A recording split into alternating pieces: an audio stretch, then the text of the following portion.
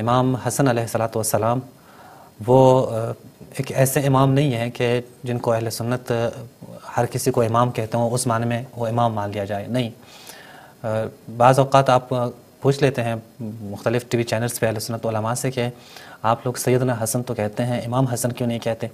تو پھر کہتے ہیں نہیں، امام بخاری کو بھی ہم امام کہتے ہیں، مسلم کو بھی ہم امام مسلم کہتے ہیں، تو اس معنی میں تو ہم امام حسن کو بھی امام کہتے ہیں۔ حالانکہ یہ بات بالکل بھی درست نہیں ہے، خود اہل سنت کے جو مبانی ہیں اس کے مطابق بھی ٹھیک نہیں ہے۔ آپ جس معنی میں امام بخاری کو امام کہتے ہیں اس معنی میں قطعاً امام حسن امام نہیں ہے اہل سنت کی روح سے۔ ہمارے ہاں تو بالکل سوال ہی پیدا نہیں ہوتا کہ کوئی کہیں کہ ہم فلاں کو چونکہ امام کہتے ہیں لہٰذا اس معنی میں امام حسن کو بھی امام کہیں۔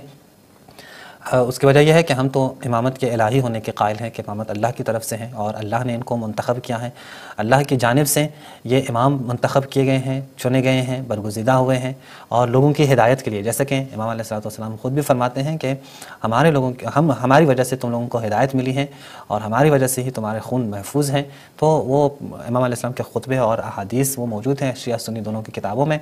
نیز مولا علی علیہ الصلوۃ والسلام کا خطبہ بھی نہج البلاغہ میں موجود ہیں کہ جہاں پہ امام فرماتے ہیں کہ ہماری وجہ سے بنا اہتدیتم، ہماری وجہ سے تم اگر روشنی میں آ گئے ہوں، ظلمات سے نکل چکے ہوں تو ہماری وجہ سے ہوں، کسی اور وجہ سے نہیں ہے۔ آج میں چاہتا ہوں کہ امام علیہ الصلوۃ والسلام، امام حسن علیہ الصلوۃ والسلام کے متعلق سنن ابی داؤد کی ایک روایت ہے، وہ میں آپ کے سامنے پیش کروں تاکہ ہمارے دوستوں کو بھی معلوم ہو جائے کہ یہ جو روایات ہیں جو اہل سنت کی کتابوں میں ہیں صحیح سندوں سے ہیں، لیکن ہمیں بہت افسوس سے کہنا پڑتا ہے کہ اہل سنت کے بہت ساری جگہوں پہ یہ احادیث، یہ روایات یہ نادیدہ لیے جاتے ہیں، بالکل ان کے اوپر کوئی کلام نہیں کیا جاتا، ان روایات کو ڈسکس نہیں کیا جاتا، نہیں ان روایات کو بیان کیا جاتا ہے۔ حتیٰ کہ لکھنے والی بھی، احادیث کے شرح لکھنے والے بھی کوشش کرتے ہیں کہ معانی کو ادھر ادھر لے کے جائیں اور اصل معانی سے انحراف کر لیں، اور جب کچھ بھی ہاتھ میں نہ ہو تو پھر کہتے ہیں نہیں، ہمیں حکم دیا گیا ہے کہ زبان بند کر لیں، خاموش ہو جائیں۔ آپ کو حکم دیا گیا ہے کہ زبان بند کر لیں، لیکن آپ کے محدثین کو حکم نہیں تھا، آپ کے مورخین کو حکم نہیں تھا، آپ کے علماء کو حکم نہیں تھا، آپ کے فقہاء کو حکم نہیں تھا، جنہوں نے یہ احادیث اپنی کتابوں میں نقل کی ہیں، جنہوں نے، بلکہ میں کہتا ہوں اللہ نے ان سے یہ احادیث لکھوائی ہیں اپنی کتابوں میں۔ یہ اگر متوجہ ہوتے کہ بعد میں ہماری ہی نقل کردہ احادیث سے شیعہ اتنے احتجاج کریں گے تو کبھی بھی اپنی کتابوں میں احادیث نقل نہ کرتے، جیسا کہ بہت ساروں نے کوشش بھی کی ہے، بہت ساری احادیث انہوں نے نقل نہیں کی ہے۔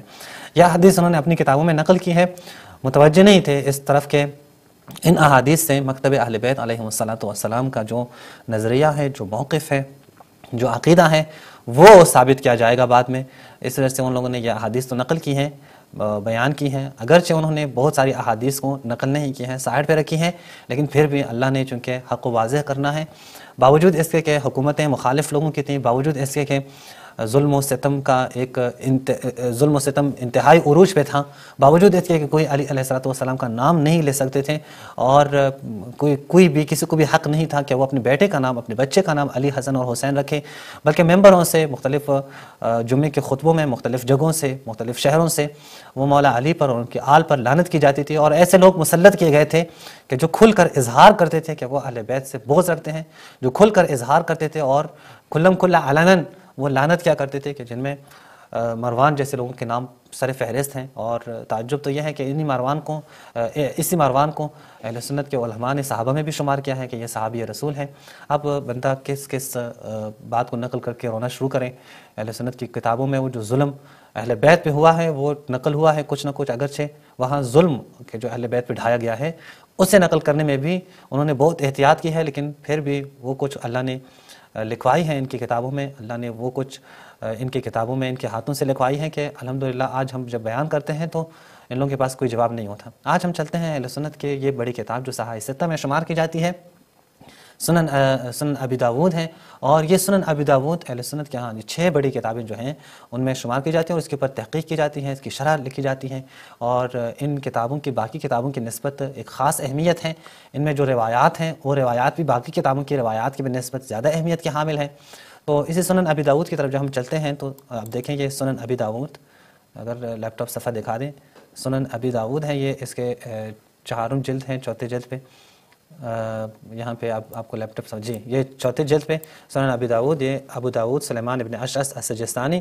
یہاں پہ آپ دیکھ سکتے ہیں کہ اس کتاب کے سنن ابی داود کے جو تحقیق اور تخریج کی ہیں وہ حافظ ابو طاہر، وہی حافظ زبیر علی زئی صاحب ہیں، جو انجینئر صاحب کے استاد بھی ہیں، اور کہتے بھی ہیں کہ میرے استاد ہیں، اللہ جانے کہ وہ کتنے استاد رہے ہیں ان کے، اور شاید 1-2 ویڈیو ریکارڈ کی ہیں تو اسی سے استاد بنے ہیں. جیسے شاگرد ویسے استاد بنتے ہیں. جی جی ایسا ہی ہے. اور میرے خیال میں ایسا کچھ باقاعدہ ان سے پڑھا ہوں مجھے لگتا نہیں ہے. اسی طرح نظر ثانی جو کی ہیں وہ حافظ صلاح الدین ایوب صاحب نے کی ہیں, صلاح الدین یوسف صاحب نے کی ہے. اور یہاں پہ اس کا جو ترجمہ اور فوائد جو لکھے ہیں وہ عمر فاروق صاحب نے ترجمہ اور فوائد لکھے ہیں. یہ میں اس لیے دکھا رہا ہوں چونکہ بعد میں ہم جب آپ کو دکھائیں گے یہ حدیث تو یہ حدیث بڑی جو ہے وہ اس میں فوائد میں ضرور بیان کروں گا. ابو عمار عمر فاروق سعیدی صاحب کے جو ہے ترجمہ اور فوائد ہیں. اس کے حدیث نمبر 4131 پہ یہ حدیث مقدام بن معدی کرب جو رسول اللہ کے صحابی ہیں ان سے روایت ہیں. وہ کہتے ہیں فلاں فلاں شخص کے ساتھ میں تھا اور جناب معاویہ بن ابی سفیان کے ہاں ہم آئے. معاویہ نے مقدام سے کہا کیا تمہیں معلوم ہے کہ حسن بن علی وفات پا گئے ہیں. یعنی یہ ایک بہت ہی سمجھیں ایک ظلم کی بات یہ ہے کہ ابن رسول اللہ جسے رسول نے جنت کے جوانوں کے سردار قرار دیا ہے وہ وفات ہوتے ہیں, وہ شہید ہوتے ہیں, اس کے اوپر خوشی مناتے ہیں. کیا تمہیں معلوم ہے کہ حسن بن علی وفات پا گئے ہیں؟ تو مقدام نے انا للہ و انا الیہ راجعون پڑھا. ایک آدمی نے ان سے کہا, یہ ایک آدمی جو یہاں پہ لکھا ہے وہ ایک آدمی خود معاویہ ہے, یعنی معاویہ کا نام یہاں پہ چھپایا ہے انہوں نے. حالانکہ وہ خود جیسا کہ ابو داؤد کی یہی وہ عادت تھی کہ وہ نام چھپاتے تھے. جو معاویہ کا نام تھا, مغیرہ کا نام یا دیگر صحابہ کے نام, وہ نام چھپاتے تھے. ہمیں تعجب ہے کہ بعد میں شرح کرنے والے آ کر اس کو نقد کریں کہ کیوں چھپایا. انہوں نے داد تحسین دی ہے کہ ماشاءاللہ بڑا اچھا کام کیا انہوں نے. ایک آدمی نے کہا, یعنی خود وہ معاویہ نے کہا کیا تم اس کو مصیبت سمجھتے ہو؟ یعنی رسول کی اولاد, رسول کے نواسے وہ شہید ہوتے ہیں اور یہ مصیبت بھی نہیں سمجھتے, خوشی ہوتی ہے ان کو.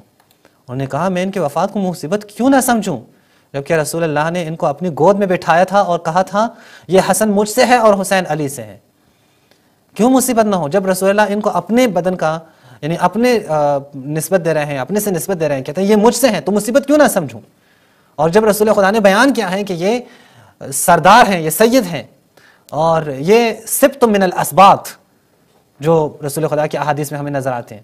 یا شہباز بھائی جو بیان کیا جاتا ہے کہ رسول خدا نے ان کو اپنے کندھوں پہ بیٹھا کر صحابہ کو دکھاتے تھے اور پھر صحابہ کہتے تھے کہ یہ سواری کتنی اچھی سواری ہے, یعنی کتنے نعم ہاں. تو رسول خدا نعم المرکب, انہوں نے کہا کہ کتنے اچھے راکب ہیں, نعم المرکب. آپ یہ دیکھیں کہ تو دیکھ سکتے ہیں کہ رسول خدا کی ان سے جو محبت ہے, ان سے جو رسول خدا کی وہ سمجھیں وہ پیار و محبت وہ کسی سے بھی چھپی نہیں ہے. یعنی یہ بات یعنی بالکل اوضح من الشمس ہے, یعنی ہمیں اس کے اوپر زیادہ وہ تاکید کرنے کی ضرورت ہی نہیں ہے. اور آپ صحیح بخاری یا دیگر بھی کتابیں اٹھا لیں, اس میں بھی یہ واضح ہے کہ رسول خدا کے ہاں امام حسین علیہ السلام, امام حسن علیہ السلام کی جو عظمت ہے اور جو رسول خدا نے بیان کی ہے صحابہ کے سامنے اور مختلف ادوار میں. کبھی رسول خدا خطبہ چھوڑ کے نیچے آ جاتے ہیں ان کو اٹھانے کے لیے, کبھی رسول خدا سجدے کو طول دے دیتے ہیں انہی کی خاطر, اور کبھی رسول خدا ان کو اپنی چادر میں لے جا کر اور وہاں پہ تلاوت کرتے ہیں انما یرید اللہ لیذھب عنکم الرجس اہل البیت ویطہرکم تطہیرا. اور رسول خدا کبھی کہتے ہیں رسول خدا یہ جنت کے جوانوں کے سردار ہیں. تو ظاہر ہے ایسے فضائل اور مناقب کے مالک جب وہ شہید ہو جاتے ہیں تو مصیبت نہ سمجھے امت. جو شخص اس کو مصیبت نہیں سمجھتا وہ اپنے اوپر فاتحہ پڑھ لے, وہ اپنی ایمان کے اوپر فاتحہ پڑھیں, وہ اپنے اسلام کے اوپر فاتحہ پڑھ لیں. یہاں پہ جو کہتے ہیں کہ میں کیوں اس کو مصیبت نہ سمجھوں, یہ حسن مجھ سے ہے اور حسین علی سے. اگر صفحہ لیپ ٹاپ نشان بھی دی. اسدی آدمی نے کہا یہ حسن دھکتا کوئلہ تھا جسے اللہ عز و جل نے بجھا دیا. یہاں پہ جو عربی عبارت ہے وہ بھی آپ دیکھ سکتے ہیں, جو عربی عبارت کہ جمرتن اطفأها اللہ, یعنی ایک انگارہ ہے جسے اللہ نے بجھا دیا. کس کے بارے میں کہہ رہے ہیں اور کہاں کہہ رہے ہیں؟ یہ بڑی عجیب بات ہے. کہاں کہہ رہے ہیں؟ وہاں پہ کہ جہاں خلیفہ یا حاکم, میں خلیفہ بھی نہ کہوں, حاکم کا دربار ہے, دربار میں بیٹھے ہوئے ہیں, حاکم بھی موجود ہیں جو کہتے ہیں اسلامی سلطنت کے حاکم ہیں, جیسے بعض اہل سنت کہتے ہیں کہ خلیفہ راشد ہیں. ان کی موجودگی میں ایک شخص اٹھ کے کہہ رہا ہے رسول خدا کے نواسے کو کہ وہ آگ کا ایک انگارہ تھا. اور کیا رد عمل دکھایا یہاں پہ؟ نہیں, رد عمل کیوں دکھائیں, وہ خود خوش ہیں, انہی کی تربیت میں تو یہ سب کچھ ہو رہا ہے. مقدام نے کہا مگر میں تو ایسی بات نہیں کہتا جو اس اسدی نے کہی ہے. مقدام چونکہ رسول خدا کے صحابی ہیں, انہوں نے پتا ہے میں آج تمہیں غصت دلا کے رہوں گا, یہ معاویہ کو مخاطب ہے, اور وہ کچھ سناؤں گا جو تمہیں برا لگے.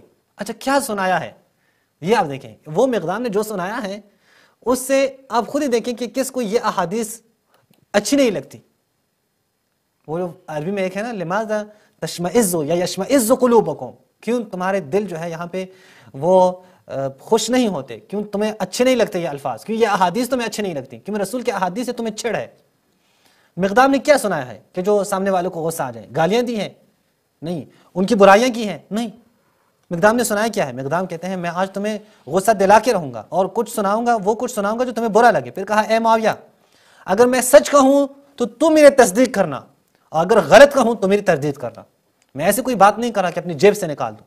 میں یہاں پہ سنا دوں گا ایسی بات کہ اگر میں غلط ہوں تو اٹھے کہیں کہ میں غلط کہہ رہا ہوں. کہا کہ معاویہ نے کہا ایسے ہی کروں گا. معاویہ نے کہا ہاں تم بولو، میں دیکھتا ہوں کہ تم سچ کہتے ہو تو میں کہوں گا ٹھیک کہتے ہو، اگر تم سچ نہیں کہتے تو میں تردید کر لوں گا. مقدام نے کہا میں تمہیں اللہ کی قسم دے کر کہتا ہوں کیا تم جانتے ہو کہ رسول اللہ نے سونا پہننے سے منع فرمایا ہے؟ یہ پہلے ان سے اعتراف لے رہے ہیں. یا رسول خدا کی حدیث تم تک پہنچی ہے یا نہیں پہنچی؟ آج جو اہل سنت کے سامنے ہم لے کے آتے ہیں بھائی نکاح موقت کے فلاں فلاں صحابی قائل ہیں، تو کہ نہیں وہ رسول کی حدیث نہیں پہنچی تھی. بھائی فلاں فلاں شخص نے شراب پی ہے، نہیں وہ رسول اللہ کی حدیث آیت نہیں پہنچی ہوگی. بھائی فلاں فلاں نے وہ غلط کام کیے ہیں، انہیں یہاں پہ پہنچی نہیں ہے، بات نہیں پہنچی ہے. اچھا پھر کہتے ہیں کہ صحابہ کو نہیں مانتے، صحابہ کو نہیں مانیں گے تو سمجھے آپ اسلام کے مخالف ہیں چونکہ صحابہ نے ہمیں اسلام دیا. صحابہ کو خود اسلام نہیں پہنچا ہے، کیونکہ وہ خود جب احکام اسلامی کی مخالفت کر رہے ہیں اور آپ ان کے لیے جواز یہی فراہم کر رہے ہیں کہ ان تک یہ بات نہیں پہنچی ہے، حدیث نہیں پہنچی ہے، آیت نہیں پہنچی ہے، تو سمجھے صحابہ خود محتاج ہیں کہ کوئی آگے ان کو اسلام پڑھا دیں. وہ ہمیں کیا اسلام پڑھائیں گے؟ تو یہاں پہ پہلے ان سے اعتراف لیا ہے جناب معاویہ سے کہ یہ اعتراف میں ان سے لے لوں کہ تم نے یہ رسول کی حدیث سنی ہے یا نہیں؟ کہا ہاں میں نے یہ سنی ہے یہ حدیث. مقدام نے پھر کہا میں تمہیں اللہ کی قسم دے کر کہتا ہوں کیا تمہیں خبر ہے کہ رسول اللہ نے ریشم پہننے سے روکا ہے؟ یہ دوسری حدیث، کیا رسول خدا نے روکا ہے یہ تمہیں خبر ہے، معلوم ہے یا نہیں ہے؟ تمہیں کسی نے بتایا ہے یا نہیں ہے؟ تو کہتے ہیں ہاں مجھے یہ بات بھی معلوم ہے کہ رسول خدا نے اس چیز سے منع کیا ہے. اب مقدام نے کہا میں تمہیں قسم اللہ کی قسم دے کر کہتا ہوں کیا تم جانتے ہو کہ رسول اللہ نے درندوں کی کھالیں پہننے اور ان پر سوار ہونے سے روکا ہے؟ یہ ایک تیسری حدیث مقدام نے رکھی. مقدام نے کہا رسول خدا کا یہ جو حکم ہے کیا تمہیں معلوم ہے رسول خدا نے درندوں کی کھالیں استعمال کرنا اور ان درندوں پہ سوار ہونا اس سے روکا ہے، ان کھالوں پہ بیٹھنا یا اس کو استعمال میں لانا اس سے روکا ہے؟ تو معاویہ کہتے ہیں ہاں میں نے یہ بھی سنا ہے. اب مقدام نے کہا اللہ کی قسم میں نے یہ سب کچھ تمہارے گھر میں دیکھا ہے جن سے رسول نے منع کیا ہے. دیکھیں میں کوئی کتاب اپنی کتاب نہیں لا رہا ہوں، یہ کوئی کافی شیخ کلینی کی کافی نہیں ہے، یہ شیخ توسی کی تہذیب استبصار نہیں ہے، یہ شیخ صدوق کی من لا یضر الفقیہ نہیں ہے، یہ شیخ مفید کے ارشاد نہیں ہے، یہ علامہ مجلسی کی بحار الانوار نہیں ہے. میرے اہل سنت بھائیوں یہ آپ ہی کے 6 بڑی کتابوں میں سے ایک کتاب سنن ابی داؤد ہے، سند بھی صحیح ہے، معتبر سند کے ساتھ ہے، جس کے تحقیقات میں بعد میں دکھا دوں گا. وہ مقدام اللہ کی قسم کھا کے کہتے ہیں میں اللہ کی قسم کھا کے کہتا ہوں کہ یہ سب کچھ جس سے رسول نے منع کیا ہے تمہارے گھر میں یہ سب کچھ موجود ہے. کہ اے معاویہ، اس پر معاویہ نے کیا کہا کہ اے مقدام مجھے معلوم تھا کہ میں تجھ سے ہرگز نہیں بچ سکوں گا، مجھے پتہ ہے کہ یہ غلط کام جو میں کر رہا ہوں مجھے پتہ ہے کہ میں تم سے نہیں بچ سکتا. پھر کہا خالد بن میدان نے بیان کیا کہ پھر معاویہ نے مقدام کے لیے اس قدر انعام کا حکم دیا جو اس کے دوسرے دو ساتھیوں کے لیے نہیں تھا. یعنی جو 3 ساتھی گئے تھے حدیث کے شروع میں جو بیان ہوا ہے تو مقدام کو زیادہ پیسے دیے. اب یہ کیوں دیے ہیں پیسے زیادہ اس کے اوپر آپ خود ہی پھر کمنٹس کریں، ضرورت نہیں ہے میں یہاں سے کمنٹس کر لوں. تو یہاں پہ بیان کریں کہ پھر معاویہ نے مقدام کو اس قدر دیا کہ دوسرے ساتھیوں کو نہیں دیتے اور ان کے بیٹے کے لیے 200 والوں میں سے حصہ قرار دیا. یعنی ایک الگ حصہ تھا جو 200 والوں میں حصہ قرار دیا، ان میں سے ان کے بیٹے کو قرار دیا. چنانچہ حضرت مقدام نے اسے اپنے ساتھیوں میں تقسیم کر دیا. وہ جو حصہ جناب مقدام کو ملا تھا وہ جناب مقدام نے اٹھا کر اپنے ساتھیوں کو دیا، مگر اسدی نے جو وصول کیا اس میں سے کسی کو کچھ نہ دیا. معاویہ کو یہ خبر پہنچی تو انہوں نے کہا مقدام کھلے ہاتھ کے سخی آدمی ہیں اور اسدی اپنے مال کی خوب حفاظت کرنے والا ہے. میرے بھائیوں جب یہ حدیث میں نے پڑھ لی تو نیچے جو فوائد لکھے تھے میں نے سمجھا کہ یہ فوائد جو تھے انہوں نے جو شرح لکھنے والے ہیں اس نے کوئی انصاف سے کام لیا ہوگا اور یہاں پہ تو کہا ہوگا کہ بہرحال جو غلط ہے اسے غلط کہنا چاہیے، لیکن یہاں پر بھی وہی اپنے پہاڑے سنانے لگے. فوائد کیا ہیں؟ صحابہ کرام حق بات کہنے میں بڑے جری تھے. حضرت مقدام کو معاویہ کی امارت سے کوئی خوف نہ آیا اور بے دھڑک حق بات کہہ دی. حق بات کہنے والے سنانے والے کون ہیں؟ یہ صحابی رسول ہیں. کہاں سنا رہے؟ ایک دربار میں. مجھے جو ہے وہ دیگر ایسے مواقع ہیں جو میرے ذہن میں آ رہے ہیں کہ یہی شام ہے بعد میں اور علی کی بیٹی یہیں پہ کھڑی ہو کر حق بات سناتی ہے، لیکن فرق یہ ہے کہ یہاں پہ معاویہ ہے وہاں یزید ہے. یہاں سامنے حق بات جس کو سنائی جاتی ہیں، جس کے سامنے حق کے کلمات بتائے جاتے ہیں وہ معاویہ ہیں، اور مولا علی کی بیٹی جب سناتی ہیں وہاں یزید ہے. وہ یزید اور معاویہ میں کتنا فرق ہے وہ آپ خود جانتے ہیں. پھر کہا کہ اس مکالمے کے شروع میں جو آیا ہے ایک آدمی نے کہا وہ جو میں نے کہا نا کہ ابو داؤد نے نام چھپایا ہے، اس سے اب یہ کہ اس کے قائل شاید حضرت معاویہ ہے، شاید نہیں یقیناً حضرت معاویہ ہے، شاید کہاں سے، یقیناً جناب معاویہ ہے، جسے ادباً مبہم رکھا گیا ہے۔ یہ ادب ہے کہ جسے مبہم رکھا گیا۔ اچھا اگر اس نے ادباً مبہم رکھا ہے تو تم نے جو نام لیا ہے تم نے توہین کی ہے، تم خود پہ بے ادب ہو گئے ہیں۔ اس نے تو ادباً نام چھپا لیا تو تم تو بے ادب ہوئے۔ پھر کہتے ہیں کہ بنو امیہ اور اہل بیت کے خاندانوں میں سیاسی امور میں ان کے خاص رجحانات تھے، نہیں صرف سیاسی امور میں نہیں تھے بلکہ دیگر امور میں، دینی امور میں، اسلامی اور دینی لحاظ سے وہ اختلافات تھے، نہ کہ سیاسی، فقط سیاسی آپ نام نہ دیں۔ یہ تاریخ اسلام کا انتہائی پریشان کن دور تھا جو گزر گیا۔ اب ہم تمام صحابہ کرام کے لیے دعا گو ہیں۔ کیوں؟ اب آپ تمام صحابہ کرام کے لیے دعا گو ہیں۔ وہاں جو لوگ رسول اللہ کی اولاد کے شہادت پہ خوشیاں مناتے ہیں ان کے لیے آپ دعا گو ہیں۔ اگر ان کے لیے آپ دعا گو ہیں یعنی آپ اہل بیت کے مقابلے میں ہیں۔ اور بہت ساری وہ احادیث کے جس میں رسول خدا نے فرمایا کہ اہل بیت نجات کی کشتی ہیں، جو اہل بیت سے بغض رکھے وہ تباہ ہو گئے، وہ ہلاک ہوا۔ اور دیگر مستدرک کی روایت بھی موجود ہیں کہ آپ جتنے بھی نوافل پڑھ لیں، آپ حج بھی ادا کریں، آپ صفا و مروہ میں سعی کرتے ہوئے شہید ہو جائیں، لیکن بغض اہل بیت اگر دل میں ہے تو جنت نہیں جا سکو گے۔ اور یہاں پہ اہل بیت کے شہادت پہ خوشیاں منائی جاتی ہیں، اور کسی کے متعلق اپنے دل میں کوئی بغض نہیں رکھتے۔ ماشاءاللہ بڑے کتنے اچھے لوگ ہیں، لیکن جب موجودہ لوگ جو ہیں ان کے بارے میں پھر آپ کا ایک سرا مکمل پیمانہ تبدیل ہو جاتا ہے۔ پھر موجودہ لوگوں کے بارے میں آپ فتوی بھی دیتے ہیں، ان کو قتل کرنے کے فتوی بھی دے دیتے ہیں، ان کے ساتھ رہن سہن سے بھی لوگوں کو روکتے ہیں، ان کے خلاف نفرت انگیز تقریریں بھی کرتے ہیں۔ یہاں پہ پھر آپ کو یہ جو ہے قانون سامنے نہیں آتا۔ اب یہاں پہ بھی کہیں کہ ٹھیک ہے جو بھی ہے، جس نے امام حسن کی شہادت پہ خوشی منائی اگر اس کے اوپر ہم خاموش رہ سکتے ہیں تو آج کل بھی اگر کوئی شخص کسی کو برا بھلا کہتا ہوں تو اس کے اوپر ہم خاموش ہو جائیں۔ لیکن آج کل کے شخص کے بارے میں فوراً فتویٰ دیتے ہیں، فوراً ٹرینڈ چلاتے ہیں، فوراً سامنے آتے ہیں، اور اس وقت کے نہیں، اس وقت کے کوئی مسئلہ نہیں ہے۔ تو سب کے لیے پھر ایک پیمانہ رکھیں، الگ الگ پیمانوں سے کیوں جو ہے اپنے آپ کو آپ مفتضح کر رہے ہیں۔ یہاں پہ کہتے ہیں ایک مورخ کو حسب وقائع کسی بھی جانب میلان کا حق حاصل ہے۔ شکر الحمدللہ۔ یہ پوری عبارت میں شاید یہ کوئی بات تھی جو انہوں نے کی ہے، مگر خیال رہے کہ دوسری جانب بھی جلیل القدر صحابہ ہیں۔ یہ آپ کو کس نے کہا جلیل القدر ہے؟ جو معیار رسول نے دیا ہے، جو معیار قرآن نے دیا ہے، انہی معیارات کے اوپر ہم دیکھیں گے۔ اگر انہی معیارات کے اوپر وہ اترے تو وہ جو بھی ہوں، وہ کوئی فرق نہیں پڑتا کہ وہ بنی ہاشم سے ہیں یا بنی امیہ سے ہیں یا وہ بنی دیگر جو بنی تمیم سے ہیں یا بنی عدی سے ہیں یا جس قبیلے سے بھی ہیں، اس سے پھر ہمارا کوئی سروکار نہیں ہے۔ اگر معیارات کے اوپر ٹھیک ہوتا ہے، چاہے عرب ہے یا عجم ہے، چاہے وہ مدینہ کا رہنے والا ہے یا مکہ کا رہنے والا ہے، چاہے وہ رسول خدا کے محضر میں زیادہ مستفید رہا ہے یا نہ کم رسول خدا کے محضر میں مستفید رہا ہے، چاہے ان کی اپنی زبان ہی عربی زبان تھی یا نہ باہر سے، یا چاہے باشندہ ہے مدینہ کا یا نہ باہر سے آ کے مہاجر بنا ہے، کوئی فرق نہیں پڑتا۔ وہ اگر قرآن اور حدیث کے معیارات پہ اترے تو وہ تو ہمارے جو ہے وہ ہم ان کے نام کے اوپر اپنے آپ کو قربان کرنے کے لیے تیار ہیں۔ لیکن اگر اس کے بالمقابل اگر کوئی شخص اللہ کے بتائے ہوئے معیارات پہ نہیں اترتا، چاہے وہ جو بھی ہو، رسول اللہ کے قریبی کیوں نہ ہو، وہ ان کے ساتھ اٹھتے بیٹھنے والے افراد میں سے کیوں نہ ہو، وہ ان کے پیچھے نماز پڑھنے والے افراد میں سے کیوں نہ ہو، وہ عبداللہ بن ابی جیسے افراد ہی کیوں نہ ہو، قطعاً لا تعلق کا اعلان کریں گے ہم، اور کبھی بھی نہیں کہیں گے کہ ان سے ہمارا کوئی احترام کا رشتہ بھی ہوگا۔ پھر کہا کہ دوسری جانب جلیل القدر صحابہ ہیں، فلاں فلاں ربنا اغفر لنا ولاخواننا الذين سبقونا بالایمان ولا تجعل في قلوبنا غلا للذين آمنوا ربنا انك رؤوف رحیم۔ یہاں پہ آیت یاد آتی ہے، لیکن یہی بات اگر یہی آیت ہم پڑھ لیں اور کہیں کہ مالک اشتر کے بارے میں آپ کہیں نہیں، پھر یہ آیت بھی بھول جاتے ہیں۔ پھر یہ یہاں پہ جو بولا ہے لا تجعل في قلوبنا غلا للذين آمنوا، یہ بھی بھول جاتے ہیں۔ پھر جو کچھ ان کے زبان میں آتے ہیں وہاں پہ وہ بیان کرنا شروع کرتے ہیں اور اپنے اندر جو ان کا بغض ہے وہ ظاہر کرتے ہیں۔ پھر کہتے ہیں درندوں کی کھالیں اور ان کی گدیاں استعمال کرنا جائز نہیں ہے، اور ایسے ہی مردوں کے لیے سونا اور ریشم بھی مباح نہیں۔ حضرت معاویہ کے متعلق جو ذکر ہوا کہ ان کے گھر میں ریشم اور درندوں کی کھالیں استعمال ہوتی تھی تو شاید فرامین رسول کی کوئی تعویل کرتے ہوں گے، نہیں پتہ کون سی تعویل ہے۔ جب انہوں نے سنے ہیں رسول خدا سے کہ رسول خدا نے ان امور سے منع کیا ہے، پھر کیا تعویل ہے؟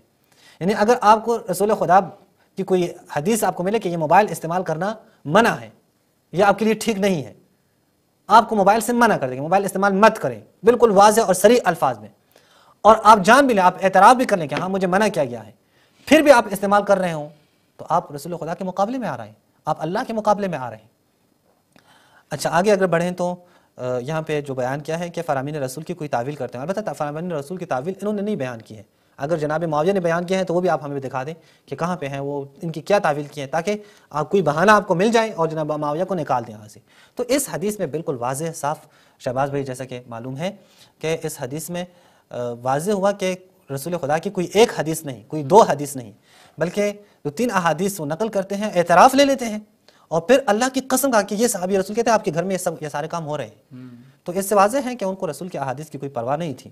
اے کاش وہ یہاں پہ کہتے ہیں میں بھول گیا تھا، احادیث میرے حافظے سے نکلے تھے، جیسے یہ کہتے ہیں، ہاں جیسے یہ کہتے ہیں، اور یا کہتے ہیں مجھ تک نہیں پہنچی ہے، نہیں، اعتراف بھی کی ہیں، پتہ بھی ہیں، بھولے بھی نہیں ہیں، اور پھر بھی یہ کام کر رہے تھے۔ اس سے بڑھ کر وہ رسول خدا کے جو نواسے ہیں ان کی شہادت پہ خوشیاں منا رہے ہیں۔ تو میرے خیال میں کہ ہم اگر غیر متعصب ہو جائیں، جتنے بھی ہیں، چاہے سنی ہیں چاہے شیعہ ہیں، تو یہ جو مسائل ہیں، یہ جو حقائق ہیں جو محدثین نے لکھے ہیں، ان حقائق کے مطابق ہی اپنا عقیدہ بنائیں تو زیادہ بہتر ہے۔ کل ایسا نہ ہو کہ قیامت کے دن شرمندگی ہو جائے۔